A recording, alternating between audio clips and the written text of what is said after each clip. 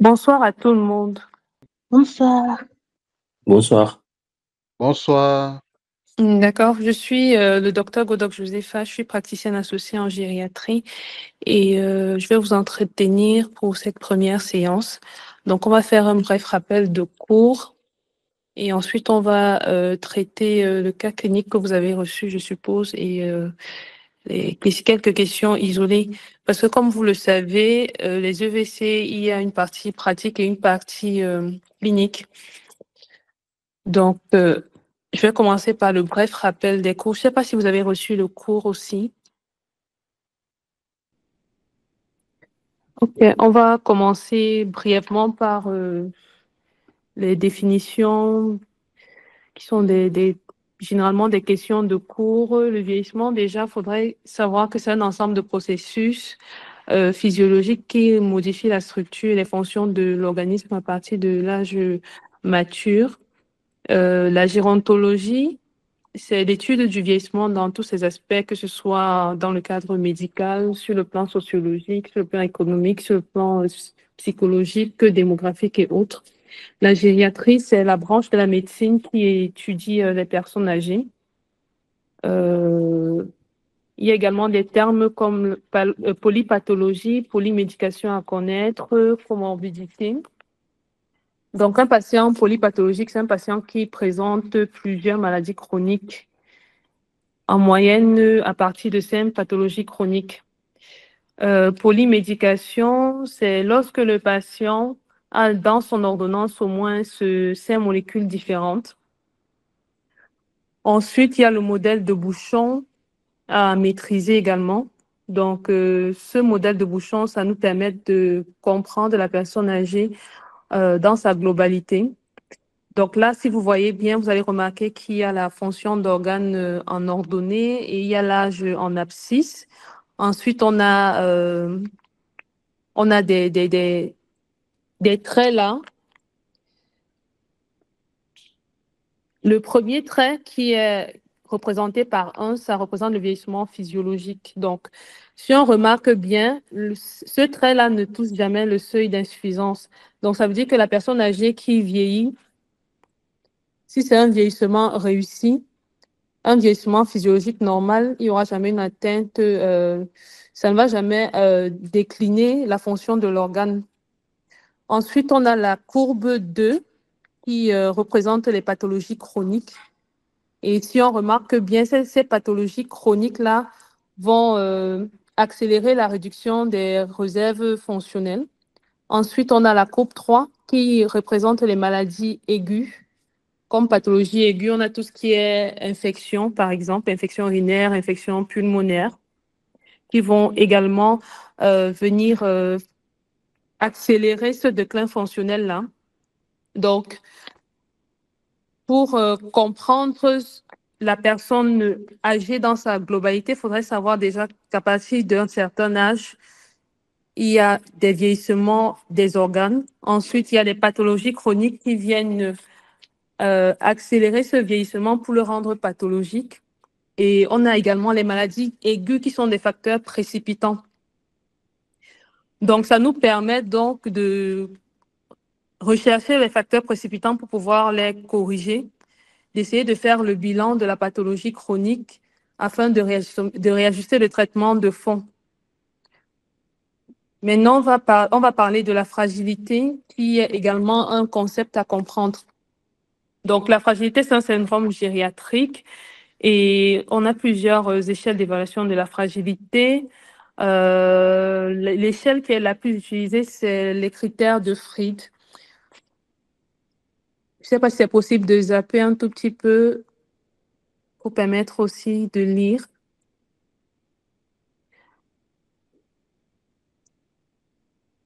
Les critères de Fried, on a 5 critères, notamment la perte du poids, la fatigue, la diminution des activités physiques, la diminution de la vitesse de marche et la force musculaire. En fait, ça, c'est à maîtriser également parce que c'est une question aussi qui tombe lors des examens.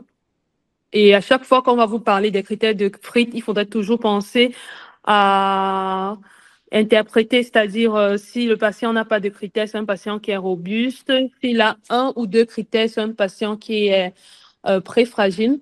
À partir de 3 critères, on considère que ce patient est fragile. Donc, à quoi est-ce que ça sert de dépister la fragilité chez le patient âgé? Ça permet de mettre en œuvre des interventions pour éviter la dépendance et ça permet également de prédire du devenir du patient. Est-ce que c'est un patient qui pourra entrer en institution? Est-ce que c'est un patient qui va décéder? Ensuite, on a également le concept d'évaluation gériatrique standardisée qu'il faudrait absolument maîtriser. Donc, c'est l'évaluation du patient âgé dans sa globalité. C'est une évaluation qui doit être pluridisciplinaire, ça doit se faire à distance de situations aiguës. Donc, l'idéal pour réaliser une évaluation gériatrique standardisée optimale, c'est pas en milieu, comment je vais dire ça, en hospitalisation, ça sera plutôt à distance, c'est-à-dire un patient qui a été hospitalisé, qui est rentré chez lui, qui revient pour une consultation post-hospice, et là, faire une évaluation globale des différentes fonctions, notamment la fonction cognitive avec le MMSE, également évaluer son autonomie et sa dépendance fonctionnelle. Là, on a 2 échelles, l'échelle des activités de la vie quotidienne et le IADL, qui sont également des échelles à maîtriser, qu'on verra un peu plus loin dans les prochains cours. Également, rechercher le risque de chute parce que la chute est un syndrome gériatrique et déjà l'âge supérieur à 80 ans, c'est déjà un facteur de chute. Ensuite, on a la dépression également avec le score de GDS. Évaluer également le risque d'escarre, notamment chez les patients qui sont alités. Évaluer également les comorbidités. La prochaine notion à connaître, c'est la notion de cascade gériatrique. Lorsqu'on parle de cascade gériatrique, en général, c'est le déséquilibre en série de plusieurs fonctions d'organes, secondairement un facteur déclenchant.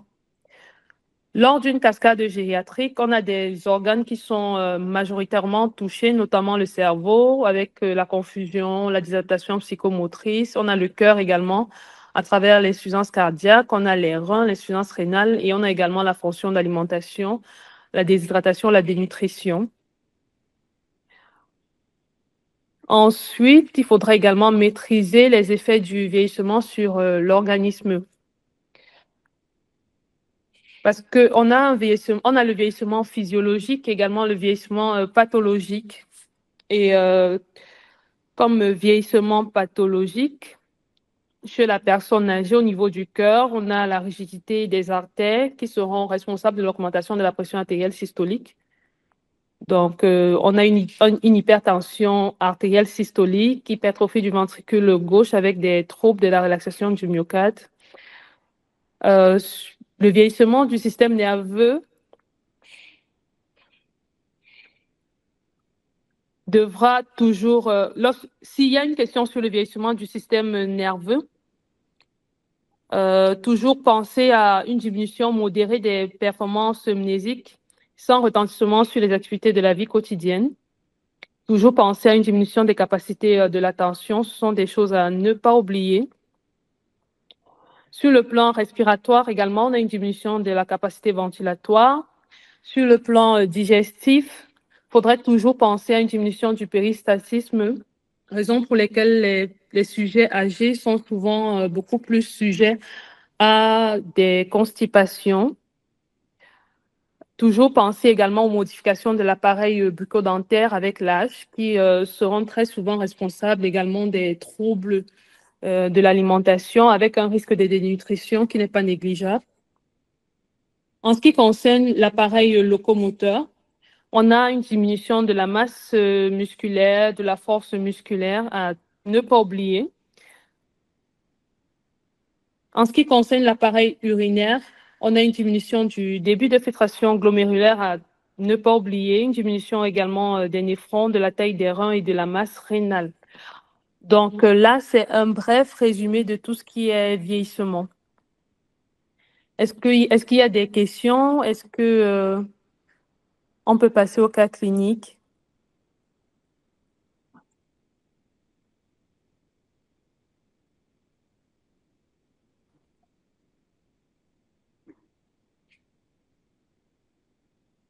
Bon, s'il n'y a pas de questions, on pourra donc commencer avec le cas clinique.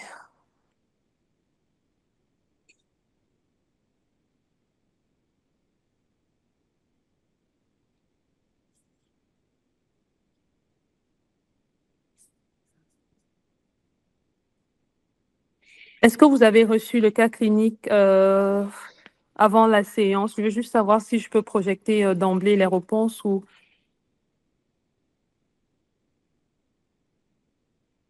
Oui, docteur, bon, moi j'ai reçu. OK.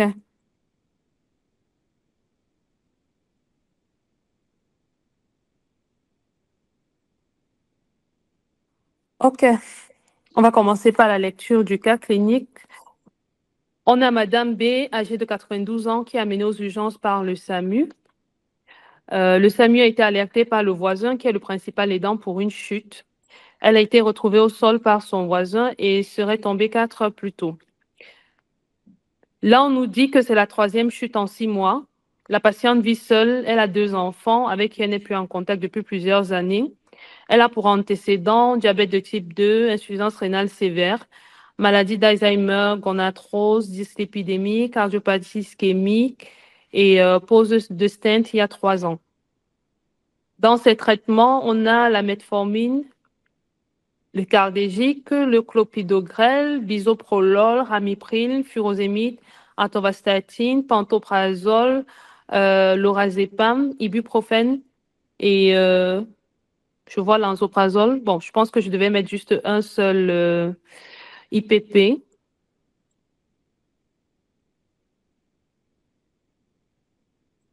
Ensuite, la patiente ne parvient pas à se relever du sol. L'examen physique retrouve une altération de l'état général, une plaie de l'arcade sourcilière, un état d'incurie, un pli cutané, une soif. Elle est consciente et somnolente. Là, on a ses paramètres. On nous dit qu'à l'examen physique, il n'y a pas de signe d'insuffisance cardiaque. L'auscultation pulmonaire est claire. Il y a une présence d'une douleur au niveau de la hanche gauche. Au niveau des questions, la première question, c'est compléter votre examen physique. Quelles sont les complications suspectées? Quels sont les signes de gravité à rechercher devant une chute? Comment est-ce qu'on calcule l'IMC?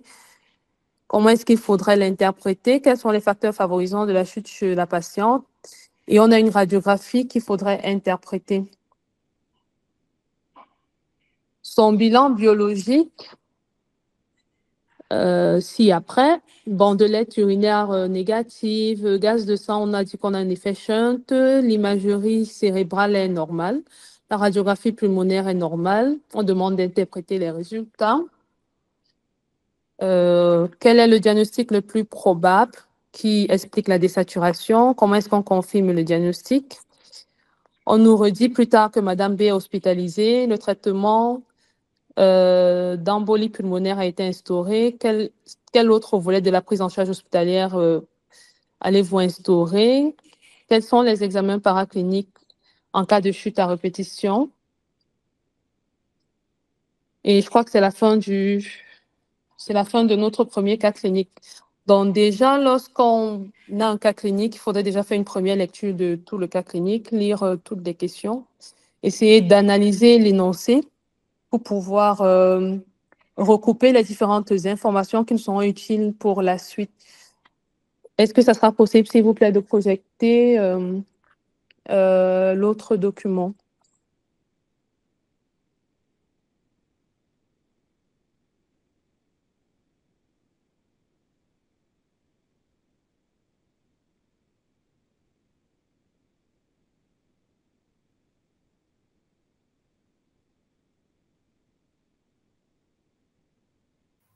Je le fais, Joseph.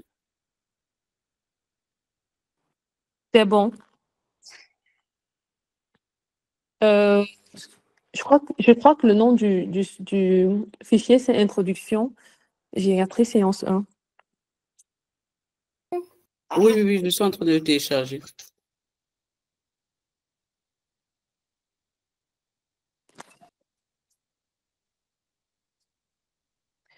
Bon, je vais revenir sur la fragilité le temps qu'on projette le document. Déjà, la fragilité, c'est un syndrome gériatrique, c'est un état qui est potentiellement réversible.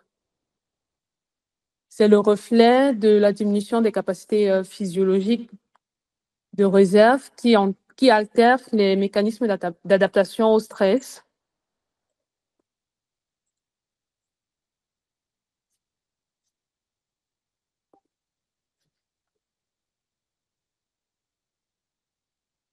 Oui, c'est bon. Est-ce que c'est possible de projeter un tout petit peu? D'accord. Donc, on a vu tout à l'heure que la fragilité, c'était un syndrome gériatrique. Et c'est le reflet de la diminution des capacités physiologiques de réserve. Et on a vu les différentes échelles qui permettent d'évaluer la fragilité chez la personne âgée.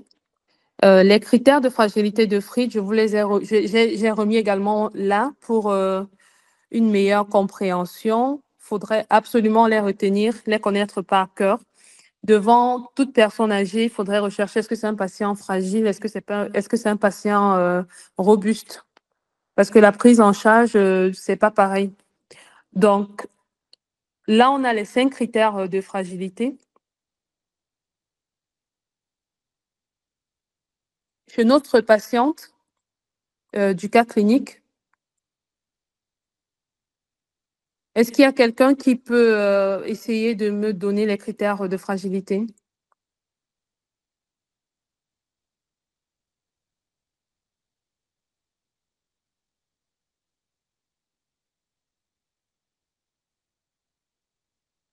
Quelqu'un veut s'essayer?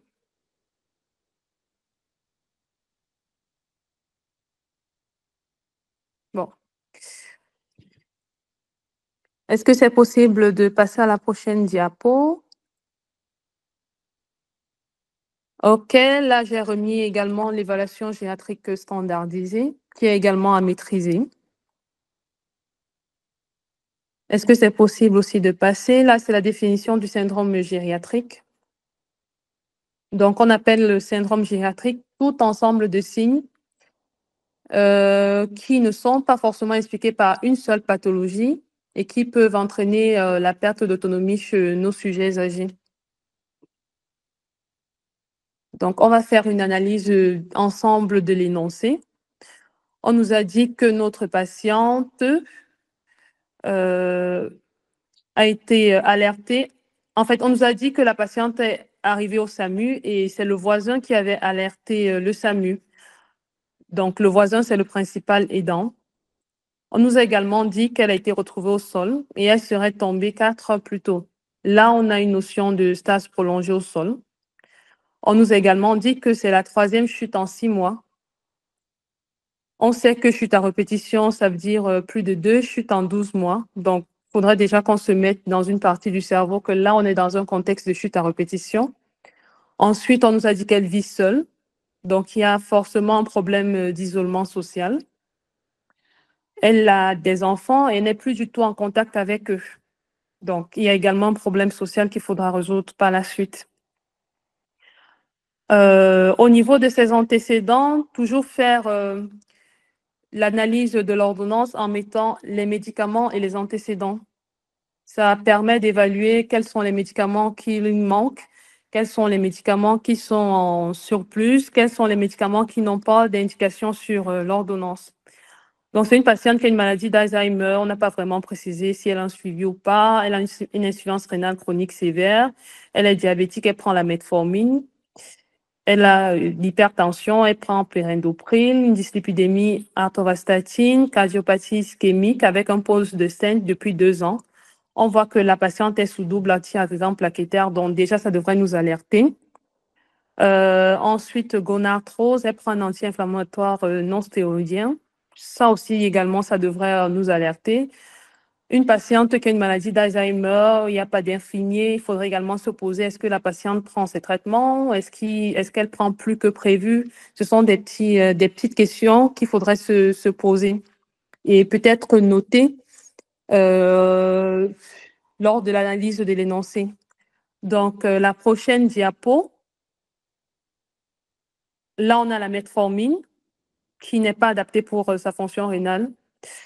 Ensuite, cardégique, clopidogrel, il y a un problème. Elle prend le bisoprolol, elle fait des chutes. Est-ce qu'il n'y a pas une hypotension orthostatique également? Elle prend ramipril. Elle a une insuffisance rénale sévère. Il y a également un risque d'hypercalémie avec le ramipril, étant donné qu'elle a également chuté. Elle prend de l'ibuprofène qui n'est pas vraiment indiqué chez les sujets âgés. Elle est sur furosémide. Est-ce qu'elle est déshydratée? Est-ce qu'il y a une hypotension orthostatique également? Elle prend atorvastatine, on sait qu'elle a chuté, il y a eu stase au sol, donc il pourrait avoir également un risque de rhabdomyolyse. Elle prend un IPP, pourquoi? On ne sait pas. Il y a un risque d'hyponatrémie sur le long cours, il y a le risque également de faire des colites à Clostridium difficile. Elle prend une benzodiazépine avec une demi-vie-longue, ce qui n'est pas vraiment indiqué chez la personne âgée. La prochaine diapo. On nous a dit qu'elle ne peut pas se relever du sol. Donc, toujours penser aux complications liées à la stase au sol en cas de chute. Au niveau de l'examen physique, on nous a parlé d'une plaie de l'arcade sourcilière gauche.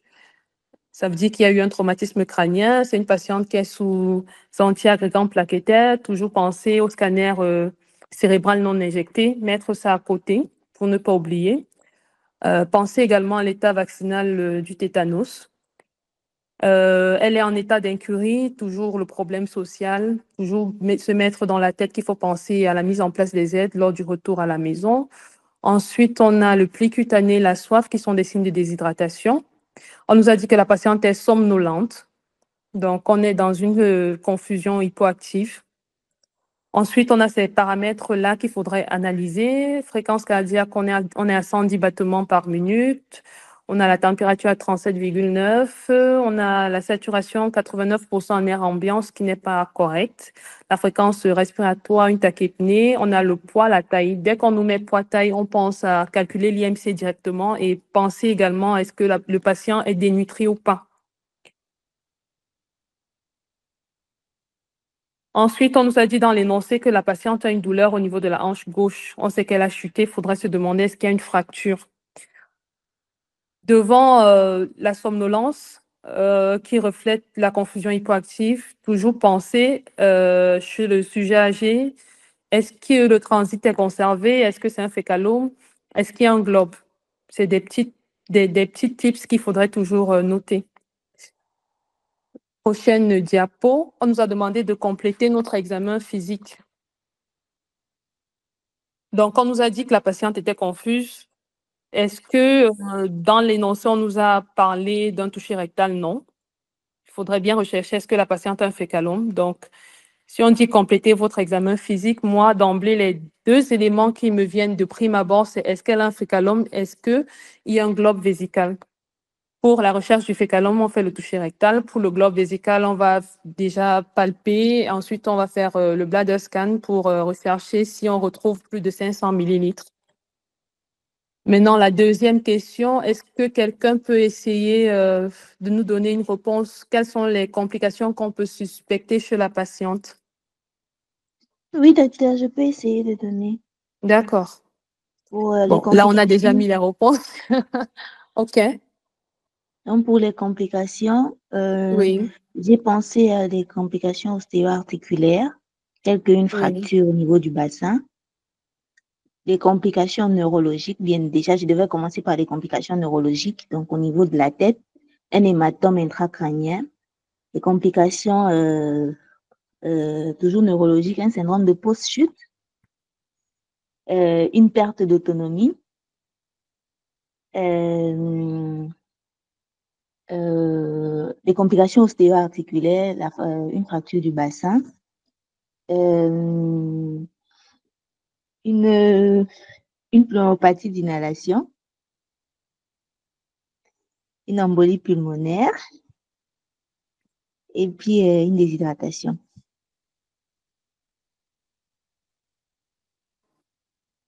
C'était bien déjà de s'essayer, mais il faudrait avoir une méthodologie pour pouvoir répondre.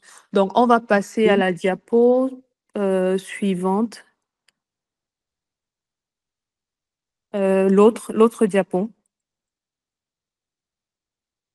Donc là, c'est un tableau qui explique la démarche, la conduite à tenir en cas de chute. Lorsqu'il y a une chute, il faudrait se demander quelles sont les conséquences de la chute. Comme là, on nous a demandé les complications, toujours penser aux complications traumatiques. Un peu comme tout à l'heure, je ne sais plus qui c'était, je n'ai pas vu le nom. Est-ce que tu peux me rappeler ton prénom, s'il te plaît? Victoire. Victoire. Voilà, Victoire, comme tout à l'heure, il fallait plutôt organiser ta réponse en complications traumatiques, complications liées à la stase au sol. Je ne sais pas si on se comprend. Oui, oui. Oui, donc plutôt organiser ça comme ça. Maintenant, dans les complications traumatiques, tu as parlé de l'hémorragie intracrânienne, qui est une complication traumatique. Tu peux parler des fractures et tout ce qui va avec. Dans les complications qui sont liées à la stase au sol, c'est là où tu vas nous ramener l'embolie pulmonaire, les escarres, la déshydratation, les pneumopathies d'inhalation.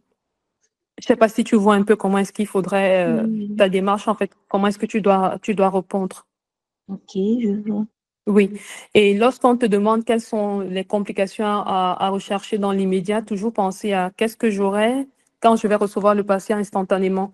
Le syndrome post-chute, oui, tu peux l'avoir, mais pour moi, ça pourrait revenir en dernière position. Donc, si on me demande, par exemple, de me donner 6, 7, 8 complications, je commence par les complications les plus probables et je mets en dernier celui qui va apparaître un peu à distance. Je ne sais pas si on s'est bien compris.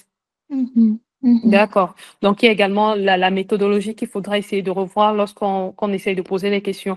Et si on vous demande, par exemple, quelles sont les complications, comme là, quelles sont les complications de la chute, si vous décidez de définir la chute, ce n'est pas une mauvaise chose.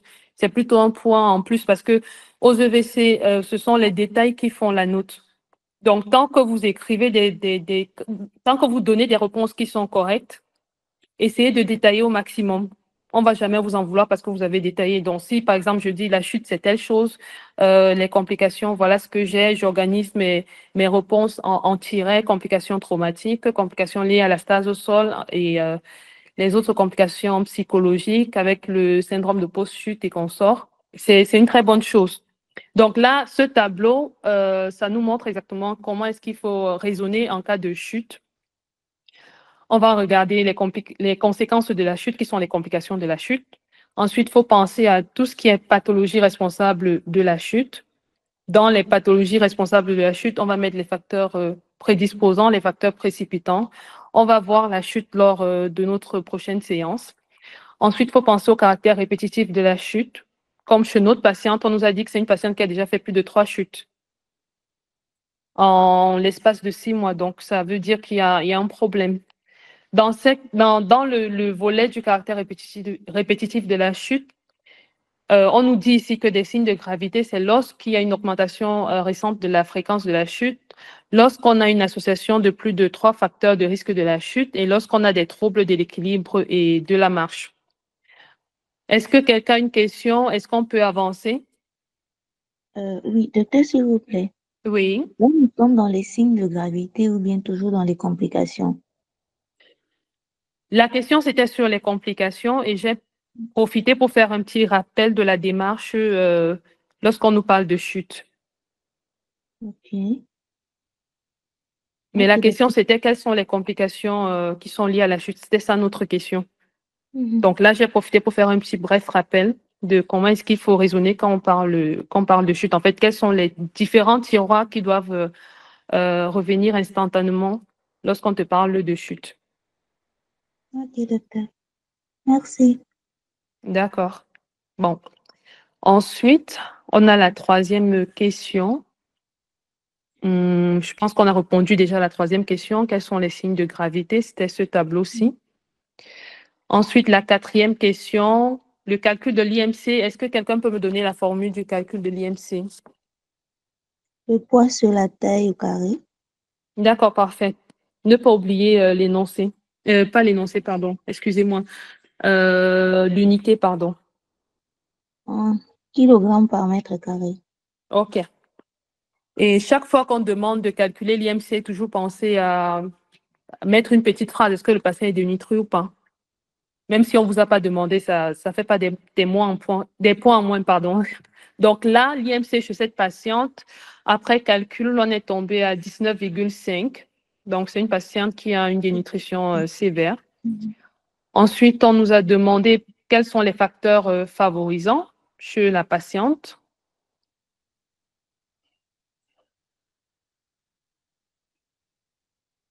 Les antécédents.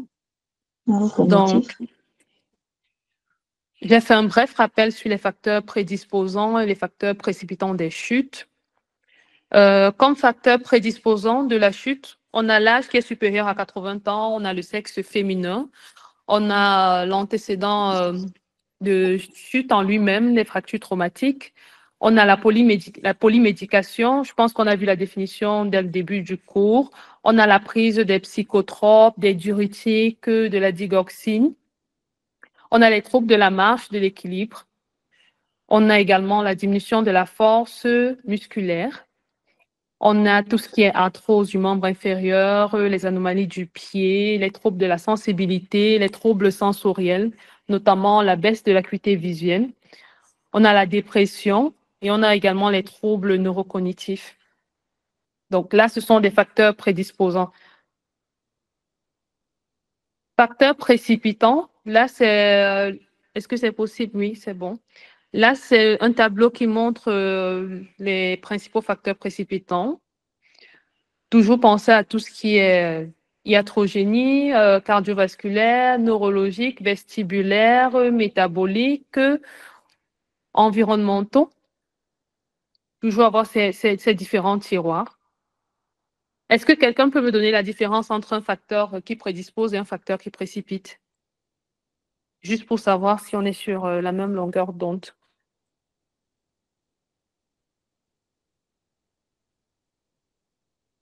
Quelqu'un veut s'essayer?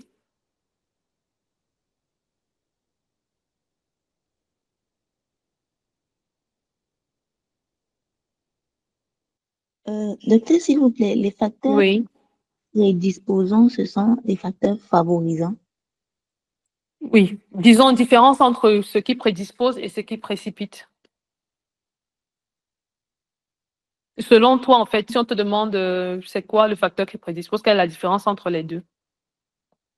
Le facteur prédisposant, c'est le facteur qui favorise. C'est ce qui favorise voilà, la survenue, par exemple, de la chute. Et les facteurs précipitants sont les facteurs qui... Pardon. Bon, essaye de le dire terre à terre, en fait. Si on doit te demander quelle est la différence entre les deux, selon toi. Les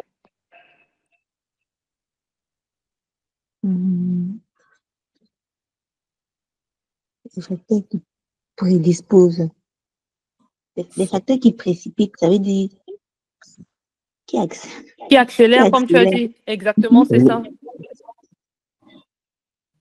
Et je pense qu'on a vu le modèle de bouchon au début du cours. Donc, précipitant, c'est ce qui vient accélérer, c'est la situation aiguë qui vient causer la chute. Ok. Oui. Prédisposant, c'est généralement les antécédents du patient. C'est un patient qui a des troubles neurocognitifs. On va te dire que c'est un patient qui a des troubles de la vue, peut-être un patient qui a une cataracte qui n'a pas été opéré, un patient peut-être qui est dénutri. C'est ça le facteur prédisposant. Précipitant, c'est ce qui vient accélérer la chute. Par exemple, un patient qui a une infection urinaire. Quoi d'autre encore? Un patient qui a une hypotension orthostatique. C'est ça qui va précipiter la chute. Et toujours penser également à tous ces facteurs environnementaux également qui peuvent précipiter la chute. Par exemple, un patient qui vit dans une maison où il n'y a pas d'espace. c'est encombré, il n'y a pas d'espace. Mhm. À coup sûr, il va faire des chutes. S'il est peut-être mal chaussé, il va faire des chutes. Si l'éclairage n'est pas bon, il va faire des chutes. Donc, c'est aussi un volet qu'il ne faudrait pas négliger. Et généralement, ces facteurs environnementaux sont pris en charge par l'équipe d'ergothérapie. Donc, plus bas, on a une liste d'examens à faire. Généralement, en cas de chute, toujours penser à l'ionogramme pour rechercher une hyponatrémie, toujours penser au dosage de la vitamine D, toujours penser à faire une émulation en formule sanguine pour rechercher une anémie. Un ECG, si on a des signes d'appel cardiaque, un dosage de l'hémoglobine glyquée chez les patients diabétiques. Donc là, ce sont des examens paracliniques qui sont recommandés à faire à distance. Donc, c'est pas forcément pendant l'urgence. La vitamine D n'a pas d'intérêt en urgence. Donc, si un patient vient là, vous le recevez aux urgences, il n'y a pas d'intérêt à faire la vitamine D à l'instant T. C'est un examen qu'on peut faire après. La prochaine diapo, est-ce que c'est possible de zapper? Donc là, on a le bilan paraclinique à faire en urgence, donc en première intention. Et le but là, c'est de rechercher les signes de gravité. Donc, on nous dit ici, si le patient se plaint de douleur, s'il y a une impotence fonctionnelle, il faut forcément faire des radiographies osseuses de la zone considérée. Notre patient se plaignait d'une douleur au niveau de la hanche, donc il faudrait qu'on note qu'on doit faire la radiographie. Ensuite, on nous dit ici, si la personne est restée au sol plus d'une heure, il faut doser les CPK et la créatinine sérique. Donc là, on va rechercher, est-ce que le patient est en train de faire une rhabdomyolyse? Est-ce qu'il est en train de faire une insuffisance rénale aiguë? Ensuite, on nous dit que si le patient fait un malaise ou une perte de connaissance, il faut penser à faire un ECG. Si c'est un patient diabétique, il faut penser à la glycémie. Bon, la glycémie chez le patient diabétique, c'est un PMZ. Donc, PMZ, ça veut dire pas miséro, en fait. Donc, c'est un réflexe qu'il faudrait toujours avoir. Si on te dit patient diabétique, toujours noter à côté glycémie, hémoglobine glyquée si besoin. Donc, le prochain slide, s'il vous plaît. Là, c'était la radiographie qu'on avait eue. Et on nous a demandé le diagnostic. Est-ce que quelqu'un pourra décrire ce qu'il voit à la radiographie?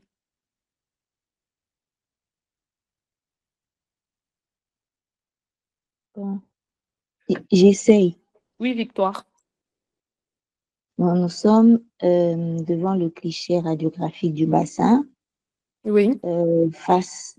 Faites une radiographie du bassin de face de Oui. Madame B, sur lequel nous voyons au niveau du rachis des lésions ostéolytiques, et au niveau du bassin, on voit une déminéralisation osseuse. Bon. Selon toi, c'est quoi le diagnostic? Une Victoire. coxarthrose. Une coxarthrose. D'accord. Si tu penses que c'est la coxarthrose, le diagnostic, il faudrait que tu mettes les mots-clés que le correcteur voudrait voir. Mhm. Donc, quels sont les signes radiologiques de la coxarthrose? Et des lésions ostéolytiques. Je suppose que tu veux dire quoi, l'ostéocondensation sous-chondrale. En fait, faudrait dire Oui. les mots-clés, quoi. Mhm. Par exemple, ostéocondensation sous-chondrale, est-ce qu'il y a des géodes? Est-ce qu'il y a des ostéophytes? Ouais, Faudrait que ostéophyte. parce que c'est ce qu'on veut voir. Est-ce qu'il y a un pincement articulaire? Il faudrait que tu puisses faire ressortir ces mots-là. C'est compris? Hein? Oui, oui, docteur, merci. D'accord. Donc, lorsqu'on vous pose une question, en fait, faudrait vous mettre à la place du correcteur et vous dire qu'est-ce qu'il voudrait bien que je puisse écrire. Donc, si tu as pensé que c'est une coxarthrose, est-ce que c'est un seul côté? Est-ce que c'est les deux côtés? Il faudrait toujours le dire. Si tu vois que c'est un côté, tu précises le côté. Là, tu vois que c'est un côté ou les deux côtés. Les deux côtés, docteur. D'accord. Donc, on est sur une coxarthrose bilatérale. On est d'accord? Oui, docteur. OK. Et tu précises donc tout ce que tu as vu comme signe. On va passer à la prochaine question. Est-ce que quelqu'un a une question? Est-ce que c'est bon pour tout le monde?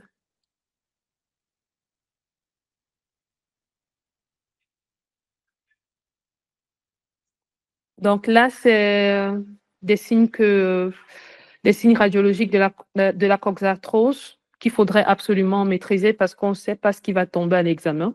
On peut vous mettre une radio d'arthrose ou d'une fracture. Donc, il faudrait quand même connaître un peu, lire ces radios-là. Donc, prochaine question, vu que personne n'a de questions, on a le bilan biologique de la patiente et on nous a demandé d'interpréter les résultats.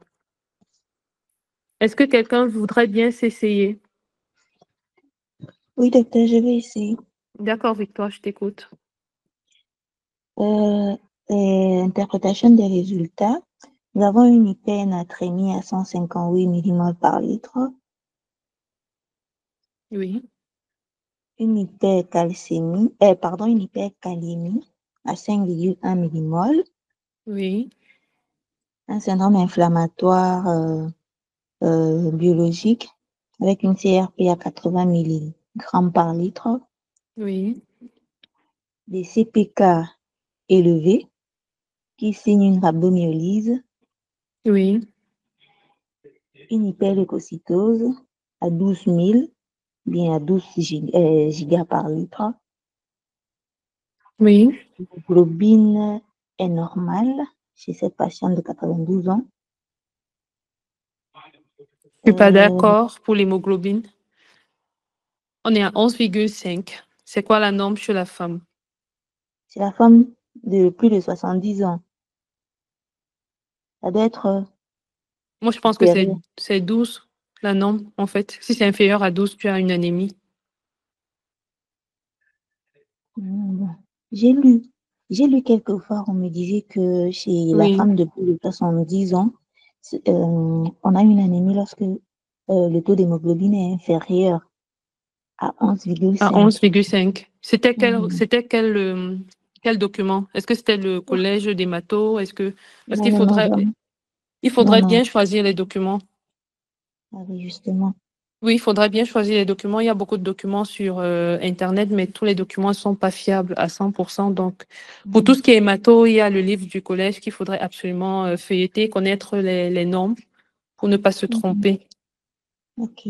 Bon, on va continuer. Syndrome inflammatoire biologique, tu m'as parlé de la CRP, tu n'as pas mis l'hyperleucocytose à l'intérieur de ton syndrome biologique. Le syndrome inflammatoire. Biologique, oui. Ah, dans le Je pense que syndrome inflammatoire, tu as dû oublier, en fait, parce que tu m'as cité l'hyperleucocytose à part. Bon, docteur, docteur Joseph, tu sais, je n'ai pas, en tout cas, sérieusement, je n'ai pas sauté. Je me dis que dans le syndrome inflammatoire, il n'y a oui. que la CRP. Bon, est-ce que quelqu'un d'autre peut nous éclairer alors?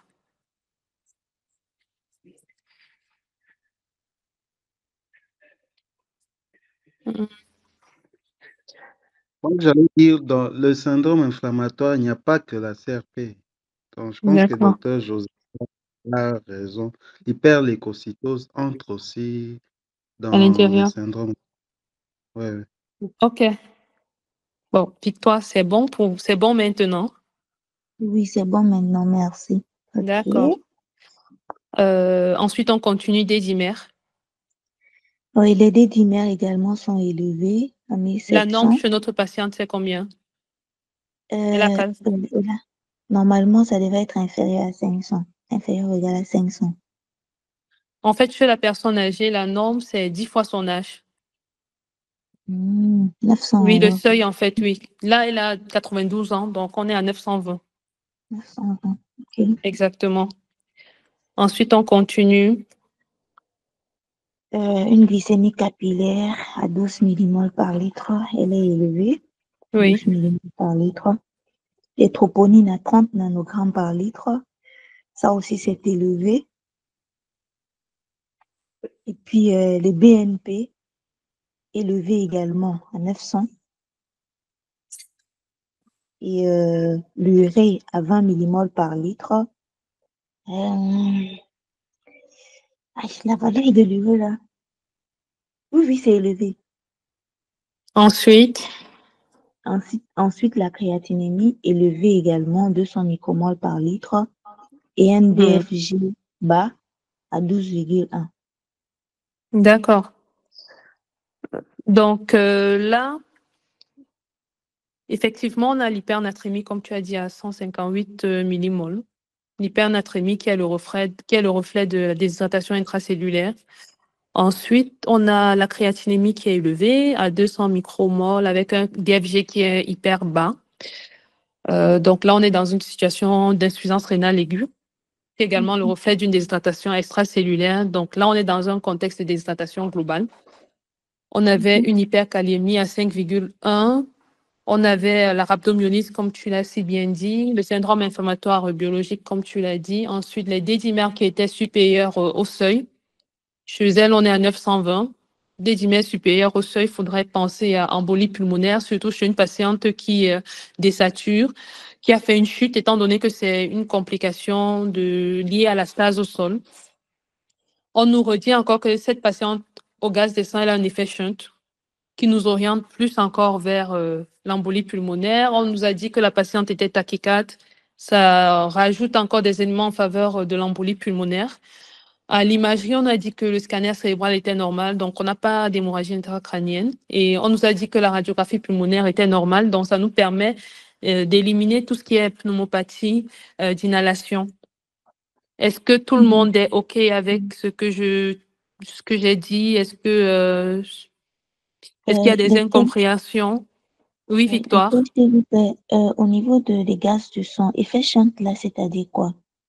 Effet shunt, bon, je pense qu'il faudrait je vais me noter ça, de faire un petit détail sur comment est-ce qu'il faut interpréter les gaz de sang. Mais de façon terre à terre, quand tu prends les gaz de sang, tu cherches la PCO2 et tu La cherches la PO2. PO2. Et si c'est inférieur à 120 millimètres de mercure, tu es dans un contexte d'effet shunt.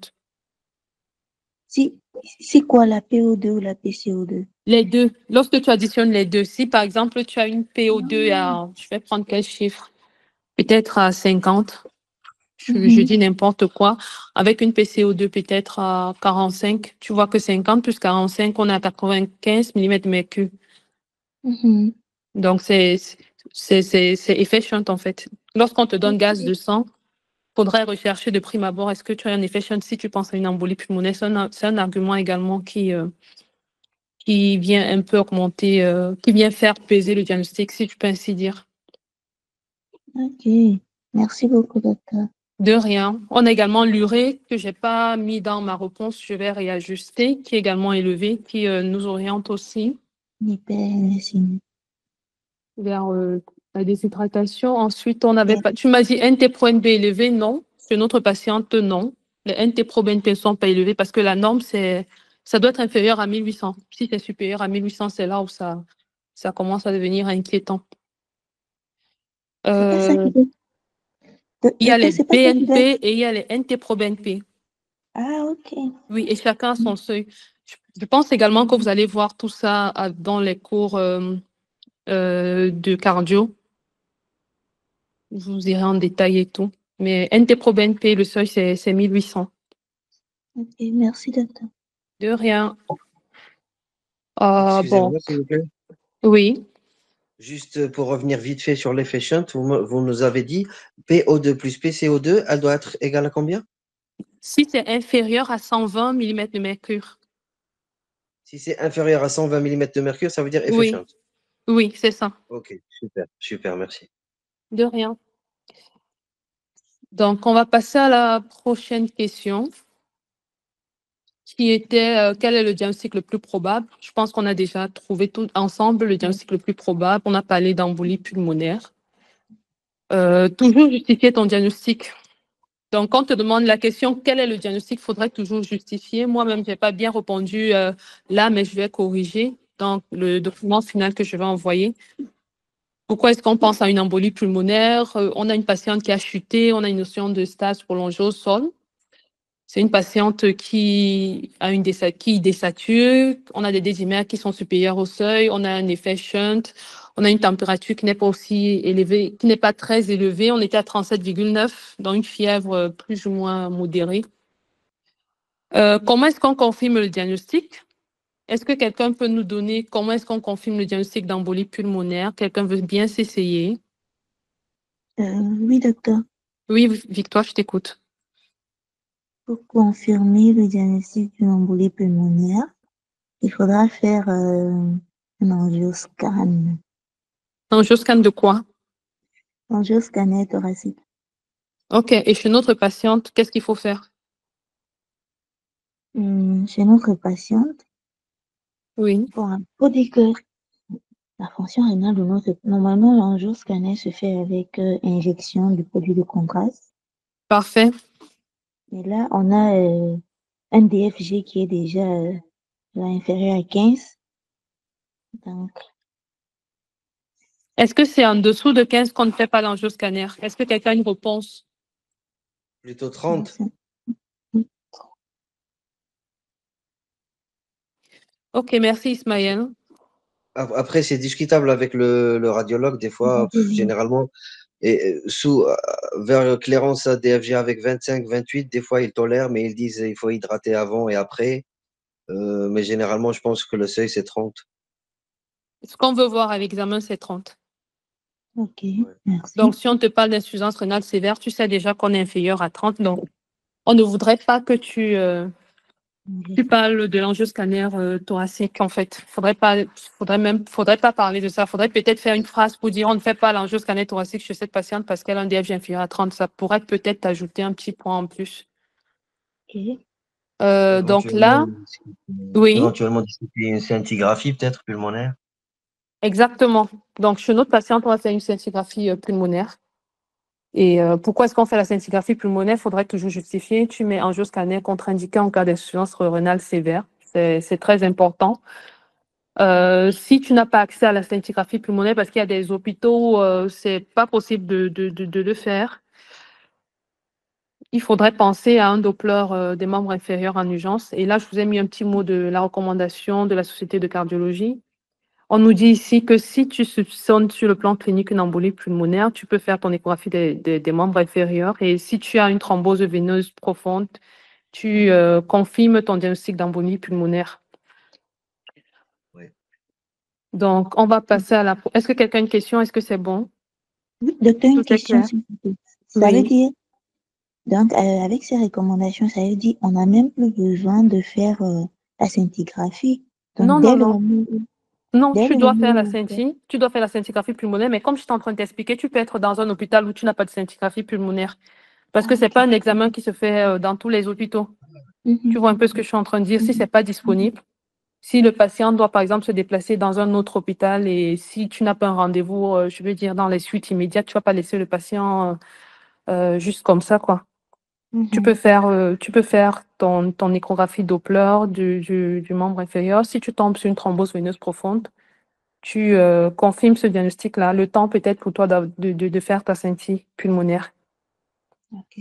C'est en fait, c'est une petite phrase que tu peux ajouter en plus et qui pourrait peut-être aussi te faire valoir des points en surplus. Parce que comme je vous ai expliqué, ce qui fait la différence, tout le monde a des connaissances, mais ce qui fait la différence, c'est les petits plus que vous ajoutez, quoi. Par exemple, là, quelqu'un aurait juste écrit pour confirmer le diagnostic, je vais réaliser une scintigraphie pulmonaire. Bon, tu auras ton point, mais si moi je viens écrire parce que je ne fais pas l'angioscanner parce que la patiente a une insuffisance rénale sévère, il y a peut-être un demi-point qui pourra être ajouté. Si peut-être la scintigraphie pulmonaire est indisponible, je peux faire l'échographie Doppler du membre inférieur. Si je trouve une thrombose veineuse profonde, il est recommandé par la Société de cardiologie européenne d'accepter le diagnostic d'embolie pulmonaire. Ça fait encore un plus. Ensuite, on va passer à la prochaine question. Moi, j'ai une question. Oui. Il y a, ouais, Est-ce que vous pouvez donner votre à prénom, propos s'il vous du plaît? docteur Patrick. Oui, docteur Patrick. Oui, il y a des cliniques qui parlent que quand ils n'ont pas la scintigraphie pulmonaire et puis ils n'ont pas des moyens pour faire l'écho Doppler, ils peuvent faire l'écho au cœur pour avoir des signes indirects Oui. Bon, en fait, lorsqu'il y a une embolie pulmonaire, bon, c'est pas moi qui va vous faire le cours sur l'embolie pulmonaire, c'est pour ça que j'ai pas voulu mettre la question sur le traitement et tout. Mais lorsqu'il y a l'embolie pulmonaire, la première chose à rechercher, c'est est-ce que le patient est en état de choc ou pas? Est-ce qu'il a des signes droits, d'insuffisance cardiaque droit? Et c'est là où ton échographie cardiaque intervient. Est-ce que j'ai répondu à ta question? Je ne vous ai pas bien saisi, docteur. OK. Lorsque un patient a une embolie pulmonaire, faudrait rechercher est-ce que le patient il est stable ou pas. Donc, ces paramètres sont comment? Est-ce que c'est un patient qui est en hypotension, qui est peut-être inconscient? Est-ce qu'il est stable ou pas? Parce que dépendant de si le patient est stable ou pas, ça te montre, ça t'indique déjà le service où le patient ira. On est d'accord jusque-là? Oui, oui. D'accord. Maintenant, la Là, deuxième chose, c'est rechercher est-ce que le patient a des signes d'insuffisance cardiaque droite. Mm. Et c'est là où ton échographie cardiaque intervient. Mais ce n'est pas forcément l'examen de référence de diagnostic, quoi.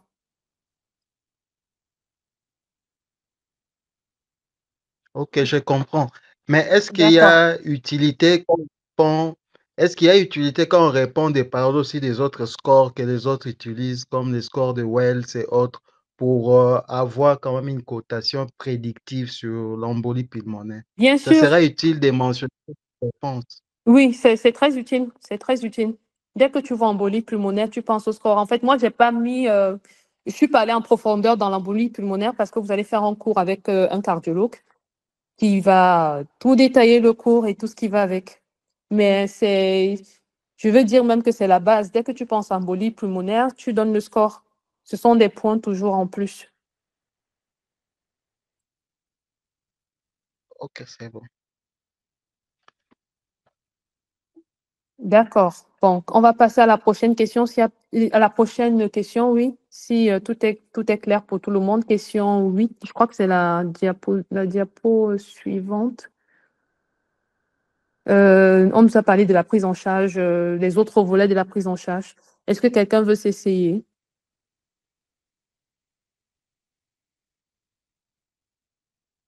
Victoire, est-ce que tu veux t'essayer? Ismaël, Patrick? Le traitement de l'embolie pulmonaire. Bon, on nous a déjà dit qu'elle a été mise sous traitement et on demande quels sont les autres volets de la prise en charge qu'on va instaurer. Il y a un traitement. Bon, je vais te rappeler les petits diagnostics qu'on avait tout à l'heure. On nous a dit que on a vu que la patiente avait une déshydratation globale. Qu'est-ce qu'on fait pour ça? Il faut corriger la déshydratation. On corrige ça En- comment? on corrige bon, on doit l'hospitaliser. Bref, on hospitalise déjà notre patient. Elle est déjà hospitalisée. On t'a Puis la dit, venise. Madame B est hospitalisée. Il faut toujours bien l'énoncer. On te dit, elle est déjà hospitalisée. On a déjà mis le traitement d'embolie pulmonaire. Qu'est-ce qu'il faudrait rajouter en plus dans la prise en charge hospitalière? Je peux parler, Les docteur? voies veineuses. Oui, Patrick, si tu veux t'essayer. Non, c'est Léonard. Ah, Léonard, excuse-moi, je ne vois pas bien les noms. D'accord. Oui. Alors, pour la déshydratation, on va réhydrater la patiente avec du sérum glucosé G5, Oui, plus du sérum figé avec du sodium. Et puis, on fait la suspension des statines, la suspension des furosémides, oui, je suis d'accord. et puis associé à une surveillance de la diurèse, pardon. Oui, En plus de ça, on va contrôler l'IONO et le CPK. Ensuite, l'imagerie rénale à discuter, si possible.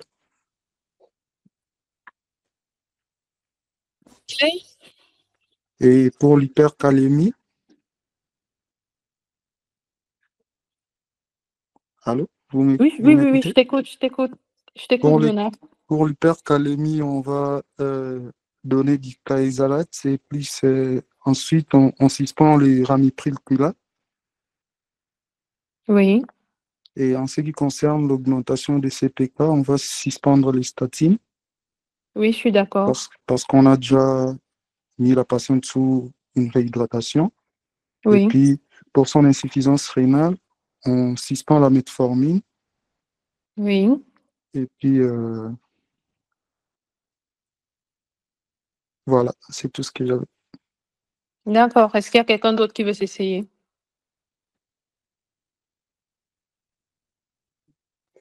Oui, docteur. Victoire? Oui, docteur. Oui. Parce que là, il y a quand même une hyperleucocytose, bref, il y a un syndrome inflammatoire biologique et il Oui. y a la somnolence. Est-ce qu'il ne faudrait pas rechercher peut-être un point d'appel si seulement il y a une infection? C'est vrai, la BU est négative. À la radio, on n'a pas des signes pouvant expliquer une pneumopathie d'inhalation. Oui, on n'avait pas de signe.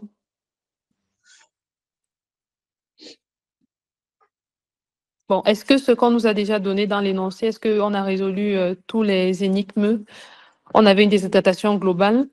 Léonard, tout à l'heure, il a dit qu'on suspend l'Azélix. Il a dit qu'il corrige l'hypernatrémie avec le sérum glucosé 5%, si j'ai bien suivi.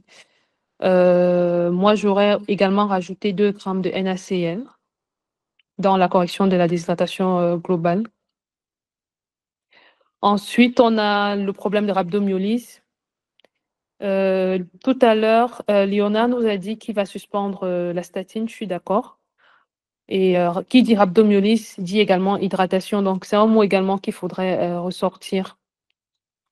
Ensuite, on a l'hyperkaliémie. Tout à l'heure, Léonard nous a parlé de kayak-salade et il a dit qu'il suspendait le ramipril. Je suis d'accord avec lui. Ensuite, on a l'insuffisance rénale aiguë sur le terrain d'IRC. Dès qu'il y a insuffisance rénale aiguë, il y a des mots-clés qu'il faudrait faire ressortir, c'est-à-dire suspension des médicaments néphrotoxiques. Et quels sont ces médicaments néphrotoxiques chez la patiente? Il faudrait maintenant les détailler, la metformine, le ramipril. On nous a dit qu'elle était sous anti-inflammatoire non stéroïdien. Je crois que c'était l'ibuprofène. Ça doit également ressortir. Ensuite, on avait une patiente qui était diabétique. Bon, elle ne prend plus la metformine, elle est en hospitalisation. Qu'est-ce qu'on fait? Il faudrait bien une insulinothérapie rapide. Vous êtes d'accord avec moi? Oui, Ensuite, on nous a dit que c'était une patiente qui était stentée. Elle avait 2 antiagrégants plaquettaires. Tu avais le clopidogrel, tu avais le cardégique. C'est un stent qui a déjà fait plus de 12 mois. Est-ce qu'il y a l'intérêt de maintenir les deux? Non, parce que le risque hémorragique est quand même élevé. C'est une patiente qui fait des chutes. Il est fort probable que lors de la prochaine chute, qu'elle s'en sorte avec une hémorragie intracrânienne. Donc, on suspend le clopidogrel, on continue avec le cardégique. On est d'accord? Oui. Ensuite, on nous a dit que la patiente était sous benzodiazépine à demi-vie longue, ce qui n'est pas toléré chez les personnes âgées. Il faudrait toujours préférer celles qui ont des demi-vies courtes comme le Serestar ou encore l'oxazépam. Donc, moi, ce que j'aurais fait, j'aurais switché l'orazépam par Serestar. Et si c'est chez elle, on n'avait pas vraiment d'argument pour, je vais dire, de diagnostic qui soutient la prescription du Serestar. Donc, j'aurais fait le switch et puis prévoir un sévrage progressif parce que ce sont des médicaments qu'on n'arrête pas brutalement. Ensuite, on nous a dit que la patiente est sous l'anzoprazole 30 mg. Pourquoi? On ne sait pas. C'est une dose pleine. Il y a quand même un risque d'hyponatrémie qui est non négligeable. Donc, moi, j'aurais arrêté parce que je ne vois pas trop l'indication du lanzoprazole chez cette patiente-là. On n'a pas d'antécédent qui justifie ça. Docteur, Oui, pardon, docteur, concernant le lansoprazole, oui. un médecin m'a dit un jour qu'un patient qui est déjà en polymédication, quand un patient a déjà plus de 5 médicaments, il faudrait toujours penser à un Mettre le protecteur, lansoprazole. oui, du pantoprazole, un IPP pour protéger la muqueuse gastrique. Je sais Bon, pas. moi, je pense que l'IPP devrait se justifier si un patient qui a peut-être une épigastralgie ou un patient qui est peut-être sous anti-agrégant plaquettaire plus anticoagulant. En fait, il faudrait des éléments phares pour justifier ta prescription de l'anzoprazole. Chez ce Parce que patient-là, oui. elle a un INS, le cardégique, c'est un On a INS. dit qu'on virait. Non, bon, le cardégique, elle a le cardégique, c'était à combien? 100 mg. Avoir le cardégique à 100 mg, pour moi, ça ne justifie pas vraiment le lanzoprazole. Ok. Pour moi, ça ne Et justifie pas vraiment le. Si on me disait, par exemple, elle que a c'est une patiente qui a des. l'INS.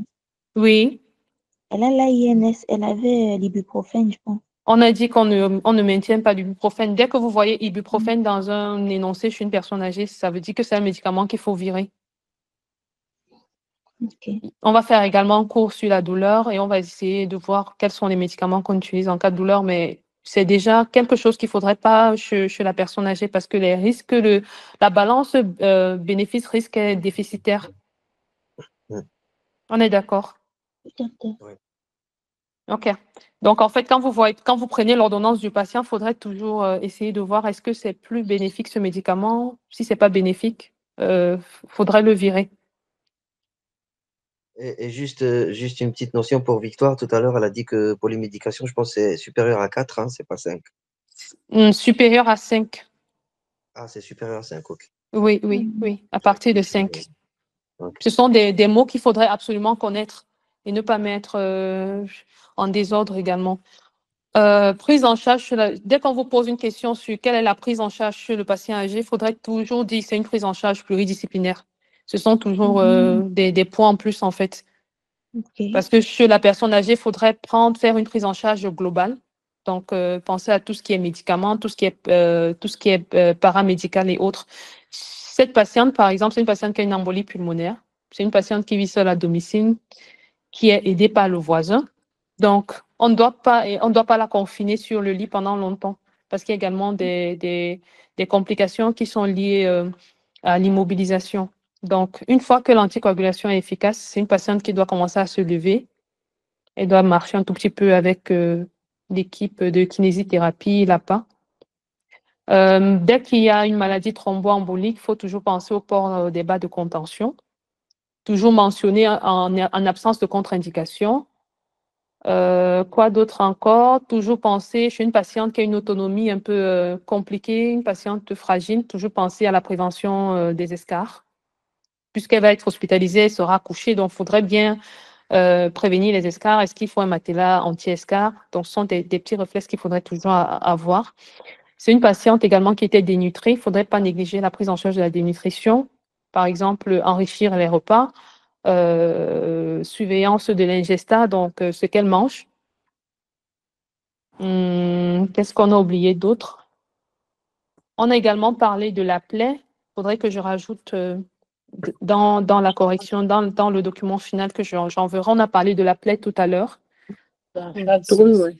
Donc, il fallait également mentionner le nettoyage, le pansement, en absence de... Si la couverture antitétanique n'est pas bonne, toujours prévoir le vaccin. OK. Est-ce qu'il y a une question? Est-ce que c'est bon?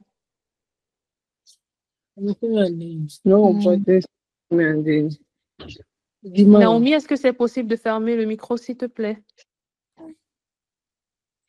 Est-ce que c'est bon pour tout le monde? Oui.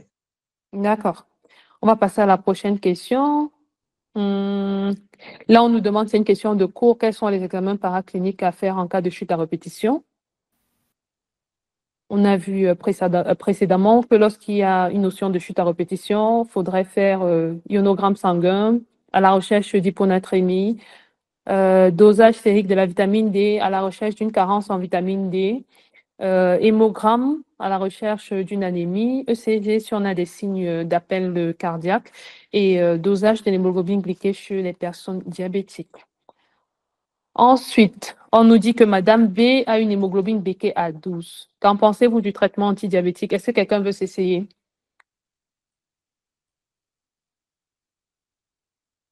Docteur, s'il vous plaît, je n'ai pas compris. Elle a une hémoglobine glyquée à 12%. Ah non. Qu'est-ce que vous en pensez? C'était une patiente qui était sous metformine. Est-ce que le traitement est efficace pour vous? Est-ce que ça va? On Non, la laisse docteur. comme ça? Est-ce Non, que... non, non. Bon, qu'est-ce Non, que... non, docteur. Le traitement n'est pas efficace. Il faudrait voir comment changer. D'accord. Chez elle, quelle sera ta cible? Tu ne peux pas juste venir dire non, ce n'est pas efficace. Il faudrait que tu nous dises, voilà ce que moi je recherche chez elle. Je cherche à avoir une hémoglobine glyquée inférieure à temps. Chez elle, une cible, faites une hémoglobine glyquée inférieure ou égale à 7. Inférieur ou égal à 7. Bon, je ne suis pas très d'accord avec toi. On va voir pourquoi est-ce que ça ne sera pas inférieur ou égal à 7. Parce que Je peux inférieur ou répondre, égal à docteur. 7, oui. C'est Moi, je dirais que c'est une C'est patiente Léonard? qui... Oui, oui. D'accord. Je dirais que c'est une patiente qui est déjà en état de fragilité. Je suis Donc, d'accord. sa cible de l'hémoglobine glyquée sera inférieure ou égale à 8%. Oui, moi, je mettrais cette patiente dans la classe, dans l'état intermédiaire de santé pour moi. Donc, je suis d'accord avec toi, inférieur ou égal à 8%. Ok. Donc, chez elle, on a dit que c'est un diabète qui est mal équilibré. On a dit pour cible, on retient inférieur ou égal à 8%. 8%, pardon, c'est une patiente fragile avec un état de santé intermédiaire. On avait également dit que la metformine était contre-indiquée en cas d'insuffisance rénale sévère, donc ce n'était pas adapté pour elle. Faudrait également noter qu'il ne faudrait pas de médicaments hypoglycémiants chez elle, parce que c'est une patiente qui fait déjà des chutes. Si vous rajoutez encore des médicaments hypoglycémiants chez elle, ça va aggraver ces chutes. Est-ce que vous pouvez me donner des exemples de médicaments hypoglycémiants que vous connaissez? Et sulfamidé. Quoi d'autre?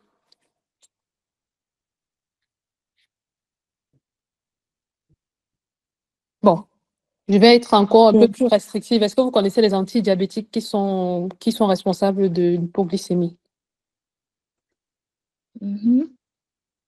Qui s'essaye?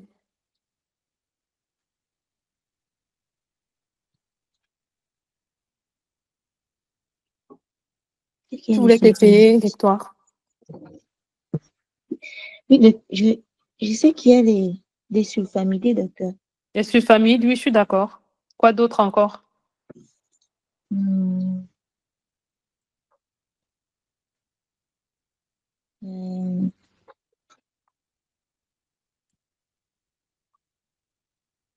Insuline. Oui, je suis d'accord. Quoi d'autre?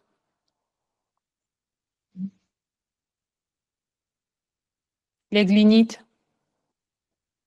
Donc, si vous voyez repas glinite sur un énoncé, il faudrait déjà mettre en rouge hypoglycémie. Ok. Merci, docteur. De rien. Et quand on parle de diabète mal équilibré chez la personne âgée, il faudrait également toujours faire ressortir le fait qu'il ne faudrait pas faire de régime restrictif chez la personne âgée. Qui peut me dire pourquoi est-ce qu'on ne fait pas de régime restrictif chez la personne âgée? Qui veut s'essayer?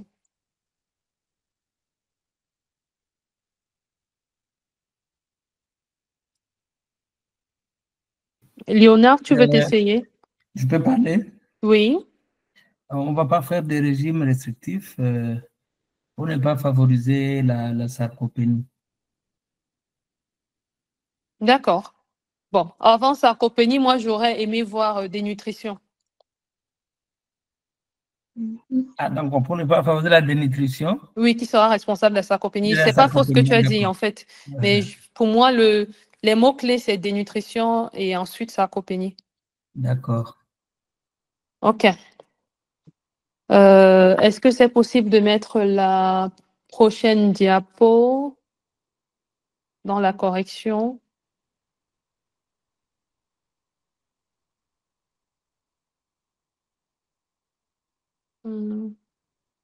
C'est après celle-ci.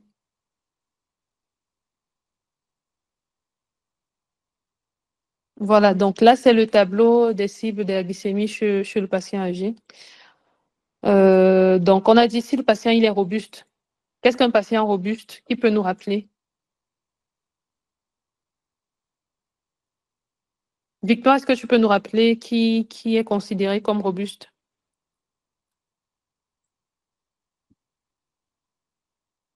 Le patient robuste, Oui. c'est existé dans les critères de Fried. Oui, c'est ça. C'est qui le patient robuste? C'est le patient qui a, je ne sais plus si le calcul inférieur à 0. C'est celui qui n'a pas de critères. C'est les patients qui n'ont pas de critères, en fait. Effectivement. Ok. Donc là, on voit bien que le patient qui mérite d'avoir une hémoglobine glyquée inférieure ou égale à 7%, c'est celui qui est robuste. Donc, il est en bonne santé, il est bien intégré sur le plan social, il est autonome et son espérance de vie est satisfaisante. Chez lui, on sera un peu plus sévère, on va dire inférieur à 7%. Maintenant, pour les patients fragiles, c'est-à-dire ceux qui ont à partir de 3 critères en montant, ceux qui ont un état de santé intermédiaire, Ceux qui peuvent facilement devenir dépendants, on va aller jusqu'à 8%. Et toujours préciser cette phrase qui suit là, parce que c'est aussi ça que le correcteur veut voir. 8%, oui, mais si le patient il est sur glénite, sous insuline, sous sulfamide, faudrait que l'hémoglobine glyquée soit entre 7 et 8%. Est-ce que c'est compris pour tout le monde? OK. Donc, ne pas oublier de glisser cette phrase-ci si jamais la question vient. Ensuite, on a la troisième catégorie, les patients qui sont dépendants. Actuellement, on ne dit plus patient grabataire, c'est déjà patient confiné. Grabataire, c'est un ancien terme. Donc, je redis grabataire juste pour que vous voyez un peu le contexte du patient. Si vous avez des patients grabataires, mais normalement, c'est confiné. Donc, grabataire, c'est l'ancien terme. C'est-à-dire des patients qui ont des polypathologies chroniques qui sont très évoluées, qui sont isolés et ils sont également isolés sur le plan social. On va aller jusqu'à 9%. Et toujours ne pas oublier les phrases, les mots qui suivent après.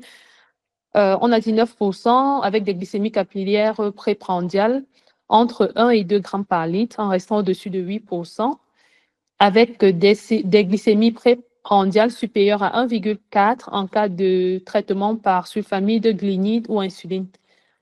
Donc, toujours rajouter ces mots-là. Ce qu'on doit savoir, c'est que chez la personne âgée, l'hypoglycémie fait vraiment peur. Donc, si le patient a des médicaments hypoglycémiants, comme on a cité, sulfamide, glénide, insuline, on sera un tout petit peu plus tendre. Est-ce que c'est compris par tout le monde? OK. Bon, là, on a fini avec le cas pratique. Est-ce qu'il y a des questions? Parce qu'on va entrer dans la série des questions isolées. Je crois qu'il me reste 20 minutes pour la fin du cours. S'il n'y a pas de questions. Oui, Victoire, je t'écoute. Docteur, s'il vous plaît, tout à l'heure, on a Oui. parlé des critères de fragilité. Oui. Vous avez demandé dans le cas s'il y avait des critères de fragilité. Oui. Oui, en fait, je veux dire, en regardant notre cas clinique, il n'y a pas de critères de fragilité, n'est-ce pas? Ou bien?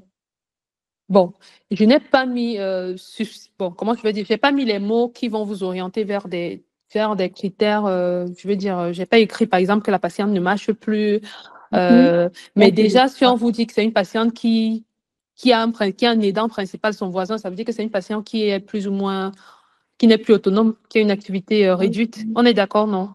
Oui. Donc, en fait, il faudrait savoir aussi interpréter un tout petit peu. On vous a aussi dit que c'est une patiente qui a une gonarthrose. Quelqu'un qui a une gonarthrose qui prend les anti-inflammatoires non stéroïdiens, ça veut dire que c'est une patiente qui a mal, qui aura des difficultés à se déplacer. Donc, il faut savoir aussi lire entre les lignes, quoi. OK. Merci, docteur. De rien.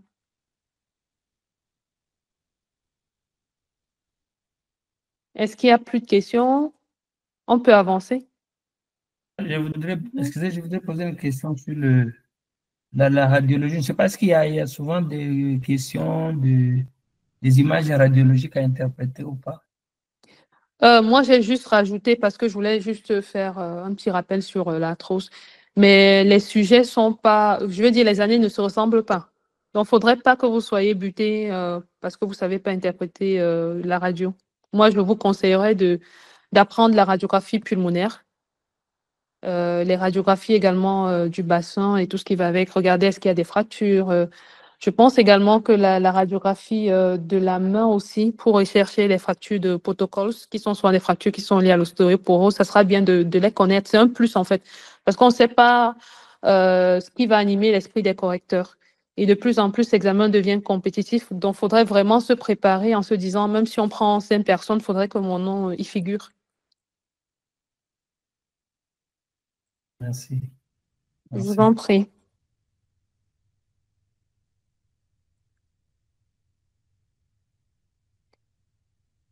Est-ce qu'il y a d'autres questions? Est-ce que ça va? Bon, on va passer les questions de cours. Bon, chaque fois que moi je vais faire des présentations, je vais toujours faire cas cliniques et questions de cours. Et pour cet examen, ce que moi je vous conseillerais, c'est de maximiser à l'épreuve fondamentale. Parce qu'il y a deux épreuves, il y a l'épreuve fondamentale, il y a l'épreuve pratique. C'est plus facile d'avoir un 16 sur 20, un 17 sur 20 à la première épreuve qu'à l'épreuve pratique, parce qu'à la pratique, tu ne sais pas exactement ce que le correcteur attend de toi. Donc, il y a le livre rouge, le Collège des enseignants de gériatrie. Je ne sais pas si vous l'avez déjà acheté. C'est un livre qu'il faudrait mémoriser, le lire et le relire plusieurs fois, parce qu'il y a plein de questions, des fois, qui ressortent de ce livre-là. Donc, la lecture du cours n'est vraiment pas du tout à négliger. Moi, je vous conseillerais de maximiser sur l'épreuve fondamentale. C'est-à-dire, si on prend 10 questions dans ce livre rouge, là, il faudrait que vous connaissiez la réponse à ces 10 questions-là.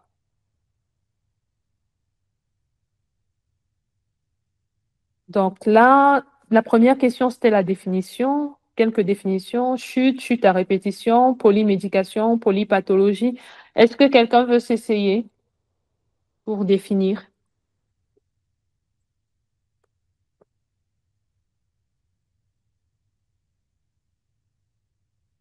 Patrick, est-ce que tu voudrais bien t'essayer pour définir?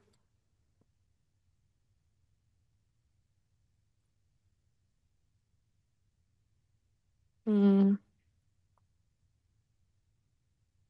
Victoire, est-ce que tu veux t'essayer? Patrick n'a pas parlé.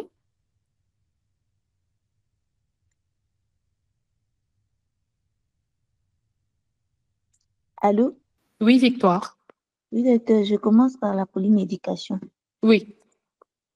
Donc, la polymédication, on a dit que c'est la présence de plus de 5 médicaments sur une ordonnance De classes différentes de classes différentes. Merci. par jour sur une ordonnance, tu as raison.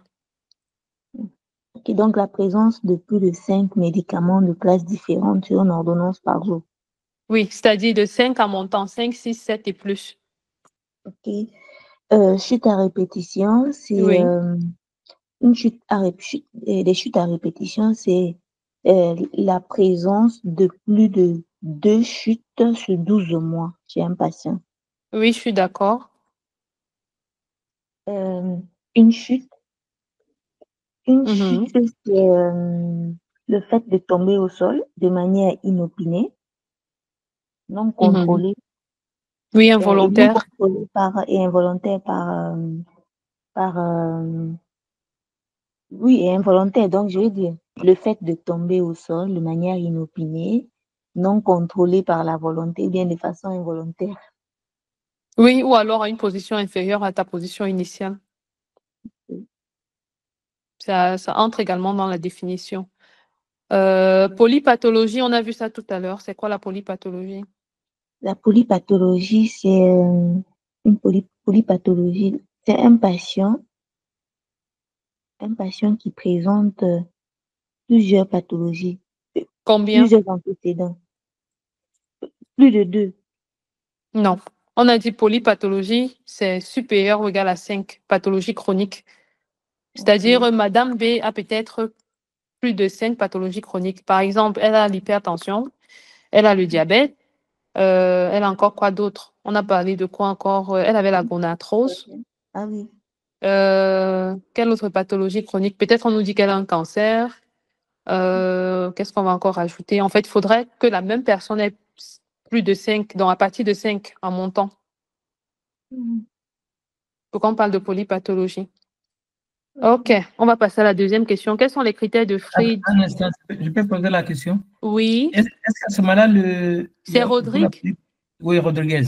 Oui, enchanté Rodriguez. Ouais. Est-ce que pour la polypathologie, je voudrais savoir s'il y a aussi la notion de système ou bien c'est même 5 pathologies qui seraient sur le même système, je ne sais pas. Non, c'est pas système, c'est maladie chronique. Donc, si tu as Ah, plus d'accord. de, oui, si tu as plus de 5 maladies, à partir de 5 maladies chroniques en montant, c'est un patient qui est polypathologique. D'accord. OK.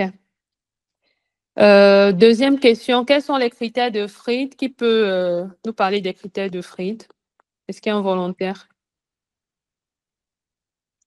Les critères de fluctuation. Il y a Fabrice aussi qui voulait parler. Bon, Victoire, laisse un peu Fabrice parler. Tu as déjà beaucoup parlé. Oui, bonsoir docteur. Oui, Fabrice. Oui, les critères de Fried, premièrement, il y a la perte de poids involontaire durant la dernière année. Combien?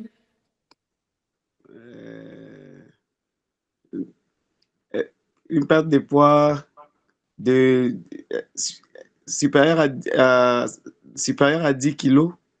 Non, Fabrice. On a dit plus de 4,5 kilos ou alors supérieur à 5% du poids. Ah, d'accord, docteur, merci beaucoup. De rien. Ce sont les petits détails qu'il ne faudrait pas du tout oublier parce que ça compte. Oui. Et Ensuite, ensuite, il y a la sensation subjective de fatigue. oui, Il y a la réduction des activités physiques. oui. Il y a la diminution de la vitesse de la marche. En dessous de combien? Les détails, ça m'échappe, docteur. 0,8 mètres par seconde. En fait, c'est sur ces détails-là qu'on Oui, va, du moins, est-ce que vous serez plus pertinent que les autres. Donc, ce sont des détails qu'il faudrait absolument maîtriser.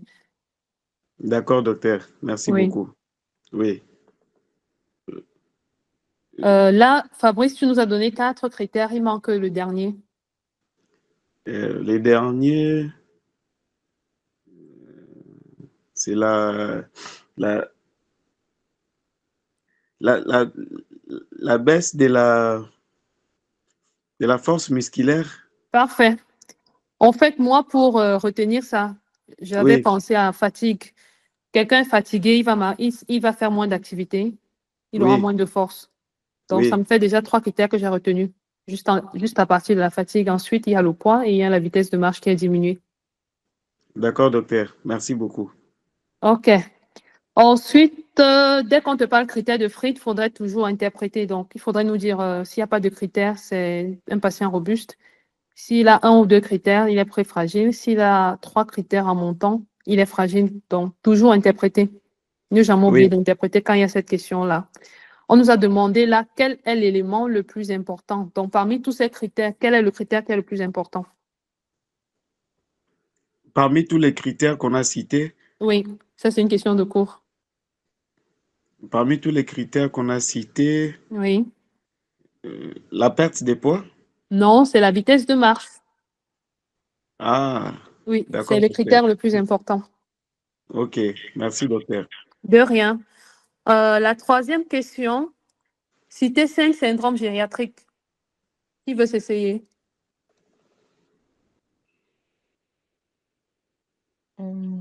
Moi, Oui, Victoire. il y a le syndrome, euh, Tu peux citer les noms, hein. oui, il y a la chute, D'accord. le syndrome parkinsonien,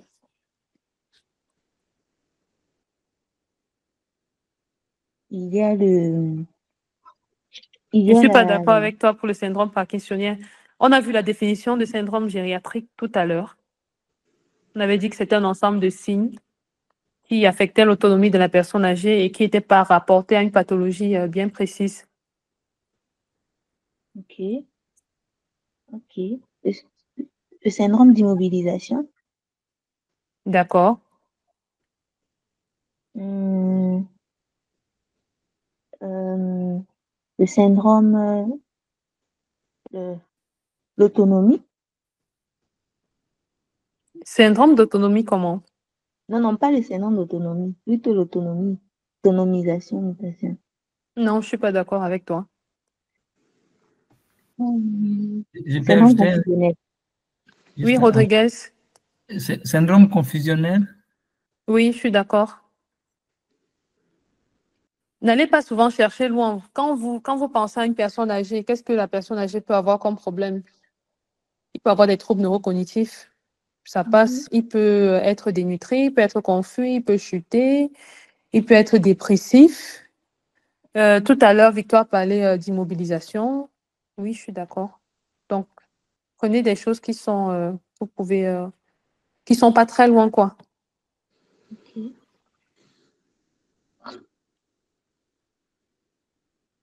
Ensuite, la prochaine question, on nous a demandé les échelles d'évaluation des comorbidités chez le sujet âgé. Est-ce que quelqu'un veut s'essayer?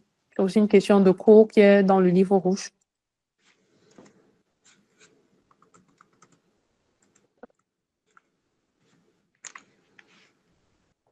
Bon, ici, on a deux échelles. On a le score de Charlson, ça s'écrit Chalson, et on a le Cumulative Illness Rate Scale Geriatric, le 6G.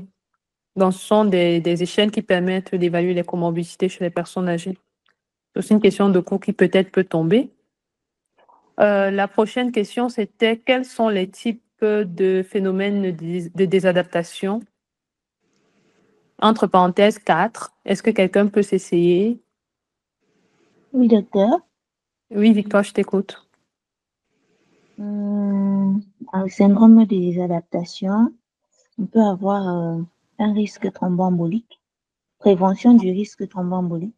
Non, ici, on te demande quels sont les types de phénomènes de désadaptation. Donc, dans la désadaptation, là, qu'est-ce qui peut être désadapté? L'état Quelles sont les cardiovasculaire. fonctions? Ou bien si je peux insister. Cardiovasculaire. Voilà, parfait. Ok, cardiovasculaire, neurologique. Je t'écoute. Aussi la perte de la masse musculaire. Donc, musculaire, désadaptation musculaire. Mhm. Ok. Les complications digestives. Non. Non. En fait, il y a 4 types de phénomènes de désadaptation chez la personne âgée qu'il faudrait connaître. Cardiovasculaire, comme tu as dit, des adaptations des capacités d'endurance, des adaptations psychomotrices et des adaptations musculaires. Ça également, c'est dans le livre rouge. Et je pense que c'est tombé lors d'un dernier AVC, d'un dernier EVC, mais je ne sais plus exactement quelle année, mais je pense que c'est tombé déjà.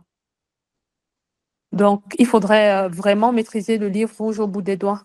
Si vous pouvez le lire 5 fois, 6 fois, ça sera une bonne chose pour ne pas louper les questions qui pourront sortir de ce livre. Ensuite, on a parlé de l'autonomie du sujet âgé. Quelles sont les échelles qui permettent d'évaluer l'autonomie chez la personne âgée? Est-ce que quelqu'un veut essayer?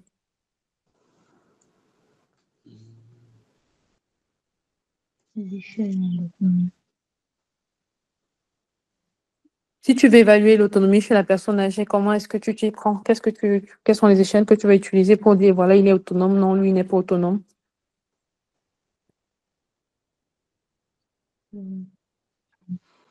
Vous avez déjà... Docteur, Oui, c'est Fabrice? oui, oui, c'est Fabrice, docteur. D'accord. Mais docteur, pour l'évaluation de l'autonomie, il y a principalement deux échelles qu'on utilise. Oui, Il y a l'IADL, oui. IADL, c'est quoi? Instrumental Activity of Daily Living, D'accord. et l'ADL, ADL, c'est quoi? Activity of Daily Living. D'accord. OK. Donc, comme Fabrice a dit, on a 2 échelles. Et quand vous parlez des échelles, si vous mettez aussi les cotations, c'est aussi un point peut-être en plus. Dans l'échelle IADL, c'est 0 et 1. Donc, est-ce que le patient peut, est-ce qu'il ne peut pas? S'il peut, il a 1 point. S'il ne peut pas, c'est 0. On est d'accord? Oui, C'est noté sur 8 chez la femme, c'est noté sur 5 chez l'homme. Parce que l'homme, à l'époque, l'homme ne cuisinait pas. Bon, des tâches que les hommes n'aiment pas faire, là, faire la cuisine, faire le linge, ce sont des éléments qu'on enlève. Ensuite, l'échelle ADN, là, c'est côté 0, demi 1. Est-ce qu'il peut faire, est-ce qu'il le fait partiellement, est-ce qu'il le fait totalement? Le score, c'est sur 6 pour tout le monde. Et si le patient a un score qui est inférieur à 3, il est fortement dépendant. C'est bon pour tout le monde? Oui, docteur. oui, Les éléments également de ces échelles-là, je ne les ai pas mis dans ce cours. Ça sera dans les prochains cours que je vais les introduire, mais c'est également des éléments à maîtriser au bout du doigt parce que ça peut tomber. Ça peut également vous aider à avoir des points en surplus dans le cas pratique. Ensuite, la prochaine question. En cas de cascade gériatrique, quelles sont les fonctions d'organes les plus vulnérables? Ça également, je l'ai prise dans votre livre rouge. Je crois que c'est au chapitre 2, si j'ai bonne mémoire.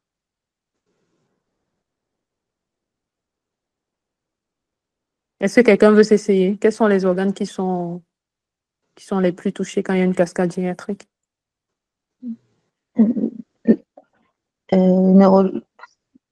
La tête, Oui, cérébrale. le cœur, Oui, avec l'insuffisance cardiaque. les vaisseaux, Non. Les reins. Insuffisance les reins, rénale. Oui. Et quoi d'autre encore? ostéo-articulaire. L'alimentation. Ok. Dénutrition, déshydratation. Ça également, c'est à connaître. Donc, on a dit les fonctions d'organes les plus vulnérables, cérébrales, cardiaque, rénale et alimentation. Il me reste 1 minute. Bon, on n'a plus assez de questions, je pense. Question 8. Quels sont les signes radiologique d'une arthrose? Est-ce que quelqu'un peut nous rappeler les signes radiologiques d'une arthrose qu'on a vu, de l'arthrose qu'on a vu plus haut? On a parlé des pincements articulaires, Oui, des géodes. oui. On a parlé des lésions ostéolytiques, d'ostéocondensation, je veux dire. Sous-chondral, oui. Et ostéophyte. L'ostéophyte, oui. D'accord. Donc, on a 4 signes radiologiques en cas d'arthrose. Pincement articulaire, ostéocondensation sous-chondrale, géode sous-chondrale et ostéophyte. Question 9. Quels sont les effets cardiovasculaires du vieillissement?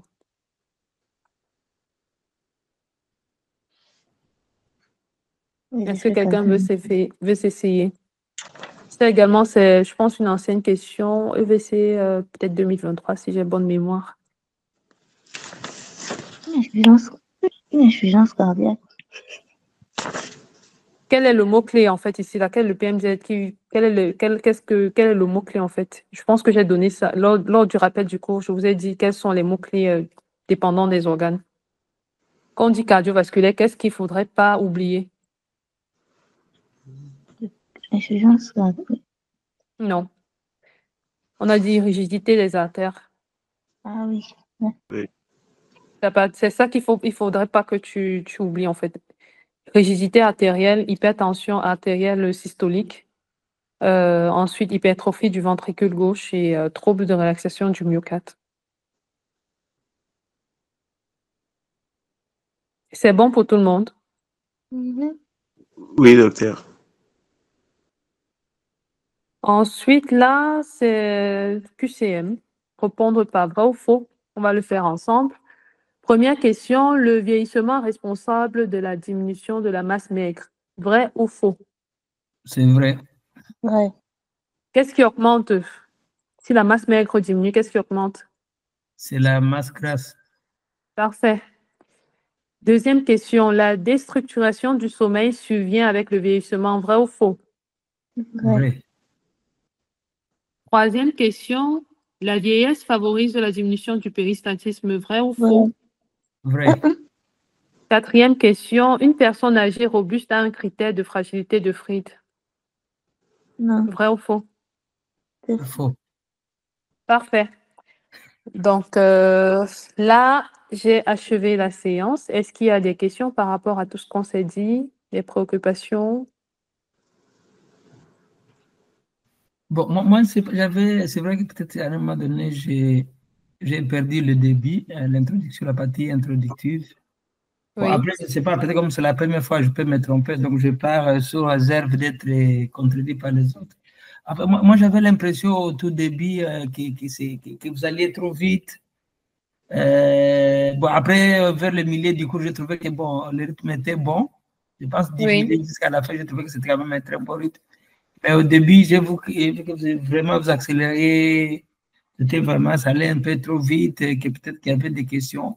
Bon, pour ce moment, moi, je m'attendais peut-être où vous allez un peu plus expliquer, où on va plus échanger. C'était pour le cas, par exemple, de l'image de la radiologie. Bon, ça dépend. Oui. Oui, d'autres éléments au tout début là-bas. Bon, après, je ne sais pas, peut-être c'est là, je sais des temps. Mais ça, c'était l'impression que j'avais. Mais à partir du milieu jusqu'à la fin, je trouvais que le rythme était bon. Bon, après, on verra prochainement. D'accord. Bon, en fait, au départ, je me suis dit, bon, je n'avais pas la notion que vous n'avez pas le cours, en fait, le cours théorique. Donc, je me suis dit que je faisais juste des rappels un peu rapidement et que peut-être vous avez déjà eu le cours théorique dont, genre, vous avez déjà lu avant qu'on ne se rencontre. Mais prochainement, je vais faire l'effort d'expliquer un peu plus le cours, si ça vous convient. D'accord, ouais, merci. Mais je pense que le mieux serait que vous ayez le cours avant. Oui, Comme ça, d'accord. quand on fait les rappels de cours, on parle vraiment des choses qui vous ont causé des soucis, quoi. S'il y a un élément que vous n'avez pas compris, s'il y a eu des zones d'ombre, vous voyez un peu ce que je suis en train de dire. Ah ouais.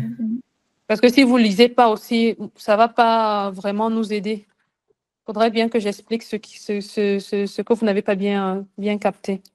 Peut-être moi, je voudrais profiter peut-être à ce niveau-là pour revenir sur la question là.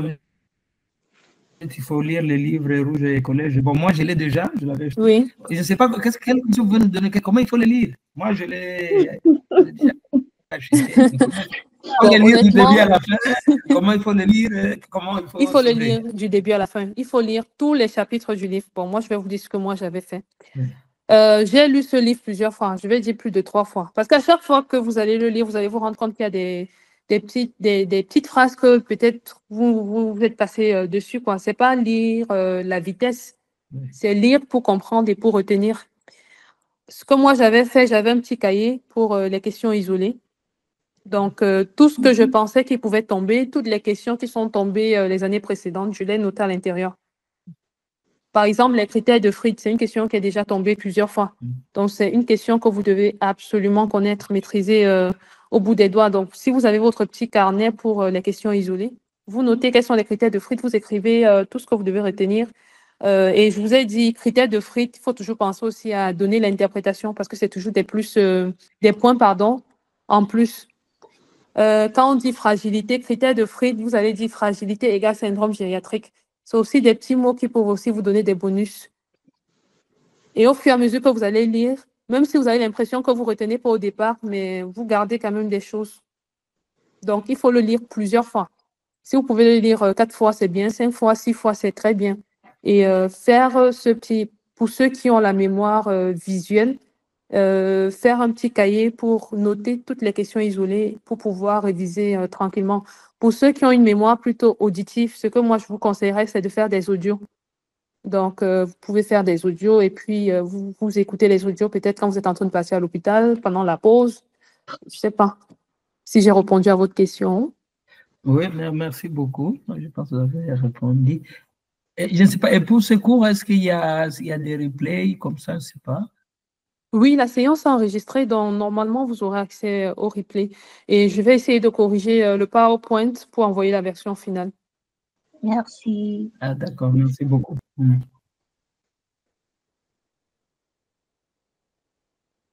Est-ce qu'il y a d'autres remarques, d'autres suggestions? Est-ce que c'est bon pour tout le monde? S'il vous plaît, docteur. Oui, Fabrice. Oui, je suis arrivé, je m'excuse parce que je suis arrivé un peu en retard par rapport à la séance de ce soir. Mais ma préoccupation ne porte pas vraiment sur les cours de ce soir, c'est par rapport au concours lui-même, l'organisation du concours. Je ne sais pas si je peux la poser ou ce n'est Il n'y pas a le pas de cas. question, il n'y a pas de souci, pardon. Vas-y. D'accord. Oui, il paraîtrait que cette année, il y aura 2 concours, un pour les médecins qui sont en France et un autre pour ceux qui ne sont pas en poste en France. Je ne sais pas si cela est vrai ou je voulais avoir un éclaircissement par rapport à ça. En fait, là, ce sont des rumeurs, il n'y a pas encore de note officielle. Donc, on ne peut pas vraiment statuer si c'est vrai ou c'est pas vrai. Mais préparez-vous pour cet examen comme si vraiment, c'est un concours hyper, super sélectif, pour être honnête. Donc, n'allez pas avec « je vais avoir 10 sur 20 », non. Allez avec « je dois avoir 14 de moyenne, je dois avoir 15 de moyenne, je dois avoir 16 de moyenne ». Et c'est parce que si vous allez avec cet engouement-là, vous allez vous donner tout, vous allez vraiment mettre de votre, comment je vais expliquer ça? En fait, vous allez plus bosser et vous ne serez pas dans la zone rouge, quoi. Oui, Parce que de plus en plus, le niveau est élevé.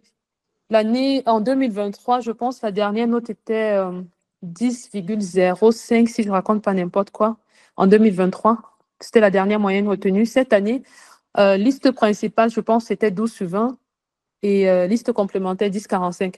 Donc, si on avait juste pris la liste principale, tous ceux qui auraient eu 11 auraient été recalés et ce n'est pas le but. Il faudrait toujours être dans le top, quoi. D'où la nécessité de bien se préparer. Et pour moi, la meilleure méthode, c'est de maximiser lors de la première épreuve. Parce que oui, là-bas, vous pouvez facilement avoir un 15 sur 20, un 16 sur 20, un 14 et ça monte les notes. La pratique, des fois, les corrections sont vraiment rudes. d'accord, docteur, merci beaucoup.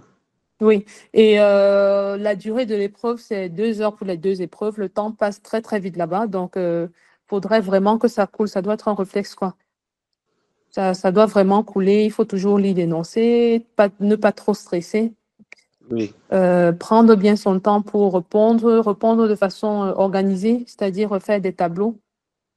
Ne pas juste répondre au pif parce que tout ça aussi, ça compte. Est-ce que vous êtes organisé ou pas?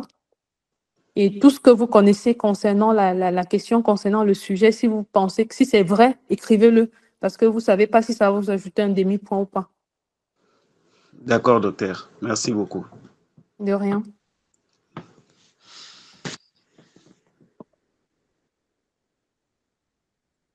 Est-ce que c'est bon pour tout le monde? Est-ce qu'on peut conclure? Je vois Simplice qui a levé la main ou c'est une erreur? Simplice, on t'écoute.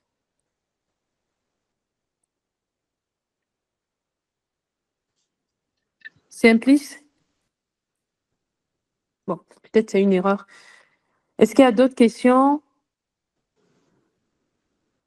Bon, je crois qu'il n'y a plus de questions. On peut conclure et vous aurez cours jeudi.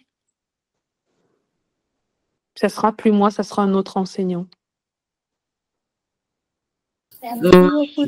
Bon, merci beaucoup. Je voudrais aussi rajouter un point pour ceux qui ont trouvé la séance les notions un peu longues. Sachez que l'idée aussi, c'est de vous montrer toutes les notions qu'on doit aborder en gériatrie. C'est vrai que là, on n'a pas tout abordé, mais l'idée, c'est de vous montrer un peu de façon grosso modo quelles sont les notions qu'il faut maîtriser.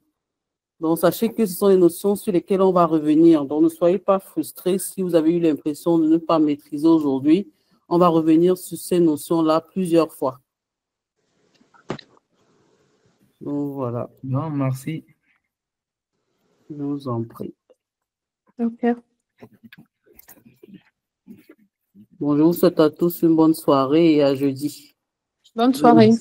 Bonsoir, au Merci. revoir. Merci. Bonne soirée. Bye. Soirée.